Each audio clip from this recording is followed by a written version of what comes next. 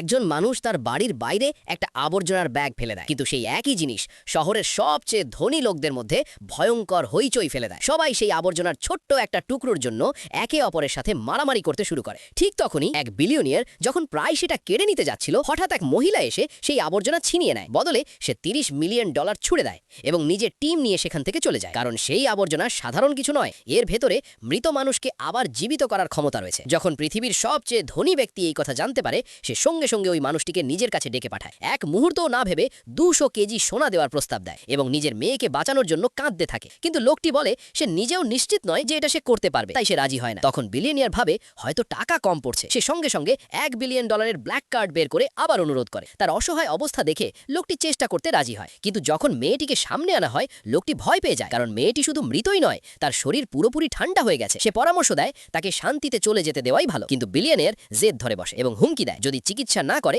তাহলে ভয়ঙ্কর পরিণতি হবে। ভয়ে লোকটি সেখান থেকে চলে যেতে চায়। ঠিক তখনই বিলিয়নিয়ার মুহূর্তের মধ্যে টেলিপোর্ট হয়ে তার সামনে এসে দাঁড়ায় এবং বলে এখন তুমি আর পালাতে পারবে না। কিন্তু তার সবচেয়ে শক্তিশালী আক্রমণও যখন কোনো কাজ করে না, তখন সে বুঝতে পারে এই লোকটা দেখতে যতটা সাধারণ, আসলে তার চেয়ে অনেক বেশি শক্তিশালী। ভয় পেয়ে যখন লোকটি আবার চলে যেতে চায়, তখন বিলিয়নিয়ার তার সামনে হাঁটু গেড়ে বসে মেয়ের জীবনের জন্য ভিক্ষা চায়। বাধ্য হয়ে লোকটি একটি অসম্পূর্ণ পরীক্ষামূলক বুলি বের করে মেয়েটিকে খাইয়ে দেয়, কিন্তু কিছুই হয় না। চারপাশের লোকজন সঙ্গে সঙ্গে তাকে প্রতারক বলতে শুরু করে। নিরাপত্তা বাহিনী ডাকার দাবি ওঠে, এমনকি তাকে হত্যার অভিযোগেও দোষারোপ করা হয়। যখন নিরাপত্তারক্ষীরা তাকে ধরতে এগিয়ে আসে, ঠিক তখনই হঠাৎ মেয়েটি জীবিত হয়ে ওঠে। সবাই অবাক হয়ে তাকিয়ে